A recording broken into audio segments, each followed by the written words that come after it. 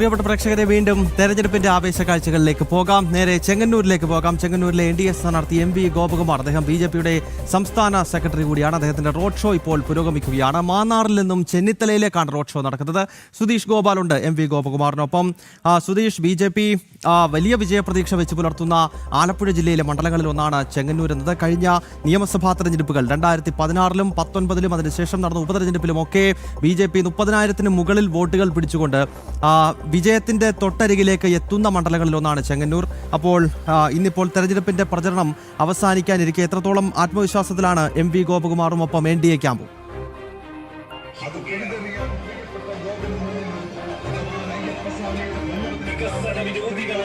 വലിയ വിജയപ്രതീക്ഷ തന്നെയാണ് ചെങ്ങന്നൂരിൽ NDA വെച്ചു പുലർത്തുന്നത്. നമുക്കറിയാം, കഴിഞ്ഞ നിയമസഭാ തെരഞ്ഞെടുപ്പുകൾ, അതിലുപരി കഴിഞ്ഞ തദ്ദേശ തെരഞ്ഞെടുപ്പിലെല്ലാം വലിയ മുന്നേറ്റമാണ് NDAക്ക് ചെങ്ങന്നൂർ കൈവരിക്കാൻ കഴിഞ്ഞത്. ഇവിടെ ചെങ്ങന്നൂരിൽ 5 പഞ്ചായത്തുകൾ ഭരിക്കുന്നത് BJPയാണ്. നഗരസഭയിൽ പ്രധാന പ്രതിപക്ഷ സ്ഥാനത്തുള്ളത് BJPയാണ്. ഇടതുപക്ഷത്തിനേക്കാൾ കൂടുതൽ വോട്ട് വാങ്ങി ഈ കഴിഞ്ഞ തദ്ദേശ തെരഞ്ഞെടുപ്പിൽ വലിയ മുന്നേറ്റം NDA നടത്തിയിട്ടുള്ള മണ്ഡലമാണ്. മന്ത്രി സജി ചെറിയാൻ നിലവിൽ പ്രതിനിധീകരിക്കുന്ന മണ്ഡലത്തിൽ ഇത്രയേറെ മുന്നേറ്റം NDAക്ക് നേടാൻ കഴിഞ്ഞ തെരഞ്ഞെടുപ്പിൽ സാധിച്ചു എന്നത് തന്നെയാണ് ഏറ്റവും പ്രധാനം. അതിനോടൊപ്പം ചിട്ടയാർന്ന പ്രവർത്തനങ്ങളിലൂടെ വളരെയേറെ മുന്നേറാനും NDAക്ക് കഴിഞ്ഞിട്ടുണ്ട്. ഇതെല്ലാം വലിയ വിജയപ്രതീക്ഷ നൽകുന്നു. അതിലുപരി ശബരിമലയുടെ ഇടത്താവളം എന്നറിയപ്പെടുന്ന ചെങ്ങന്നൂര് ഹൈന്ദവ വിശ്വാസികൾ എല്ലാം തന്നെ വലിയ രീതിയിൽ പിണറായി സർക്കാരിന്റെ കഴിഞ്ഞകാല പ്രവർത്തനങ്ങളിൽ അമർഷം പൂണ്ടു നിൽക്കുമ്പോൾ NDAക്കൊപ്പമാകും ജനവിധി എന്ന വലിയ പ്രതീക്ഷ തന്നെയാണ് ഉള്ളത്. ഇപ്പോൾ NDA സ്ഥാനാർത്ഥി MV ഗോപകുമാറിനോട് തന്നെ നമുക്ക് എത്രത്തോളം പ്രതീക്ഷയാണ് ഈ തെരഞ്ഞെടുപ്പിലുള്ളത്, അതിലുപരി ഈ തവണത്തെ തെരഞ്ഞെടുപ്പിൽ എന്തൊക്കെയാവും വോട്ടർമാർ പ്രധാനമായും പരിഗണിക്കുക, എത്രത്തോളം വിജയപ്രതീക്ഷയാണ്? 100% ചെങ്ങന്നൂരിൽ NDA വിജയിക്കും. അതിനുള്ള എല്ലാ സാഹചര്യവും ഒരുക്കുകയാണ്. ജനങ്ങളെല്ലാം കാര്യം മനസ്സിലാക്കി നരേന്ദ്രമോദിയുടെ ഭരണവും അതുപോലെ കേരളത്തിന്റെ രാഷ്ട്രീയ സാഹചര്യവും മനസ്സിലാക്കി BJPക്ക് അനുകൂലമായിട്ട് NDAക്ക് അനുകൂലമായിട്ട് വോട്ട് ചെയ്യും. ഒരു സംശയവും വേണ്ട, ചെങ്ങന്നൂരിൽ ജയിക്കും.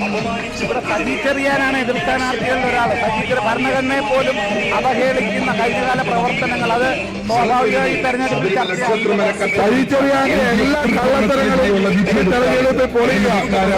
മരട്ടാർ മഴക്കൊള്ള അടക്കം ഭരണഘടനയെ അപമാനിച്ച് എല്ലാ തരത്തിലും അദ്ദേഹം കഴിഞ്ഞ തെരഞ്ഞെടുപ്പിൽ വിജയിച്ചത് വർഗീയമായ ചേരുവരുണ്ടാക്കിയിട്ടാണ്.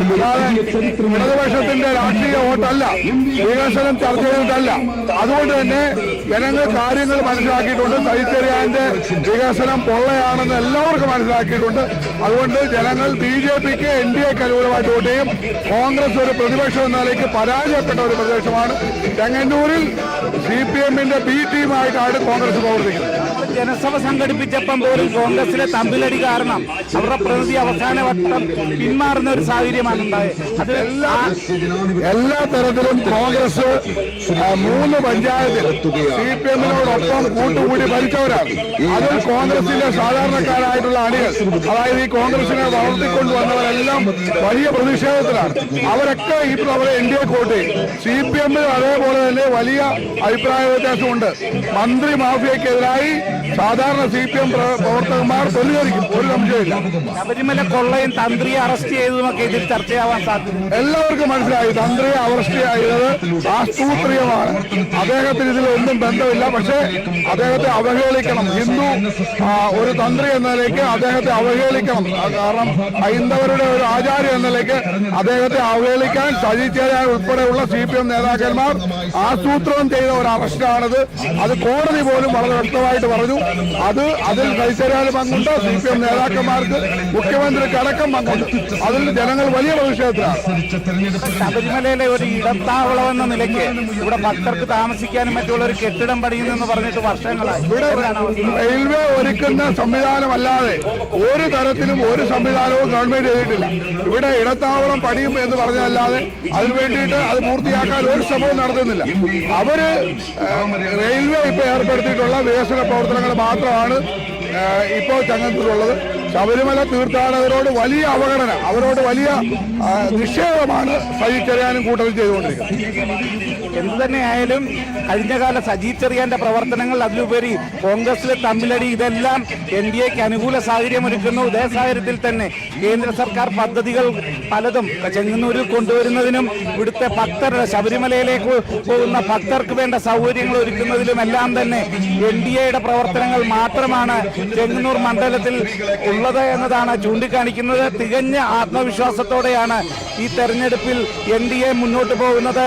ഈ ഇന്നത്തെ ഈ കലാശക്കൊട്ടിലും അത് വലിയ ആവേശത്തോടെയാണ് ജനങ്ങൾ എൻ ഡി എ സ്ഥാനാർത്ഥിയെ വരവേൽക്കുന്നത് എന്നതും എടുത്തു പറയേണ്ടതാണ്. ഗൗതം,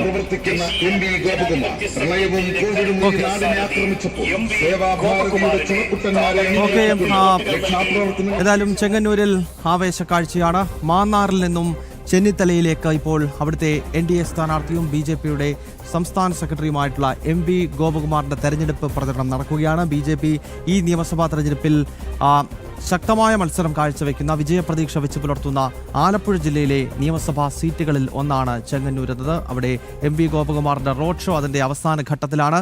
അതിൽ നിന്നുമുള്ള ആവേശ കാഴ്ചകളുമായാണ് സുധീഷ് ഗോപാൽ ചേർന്നത്.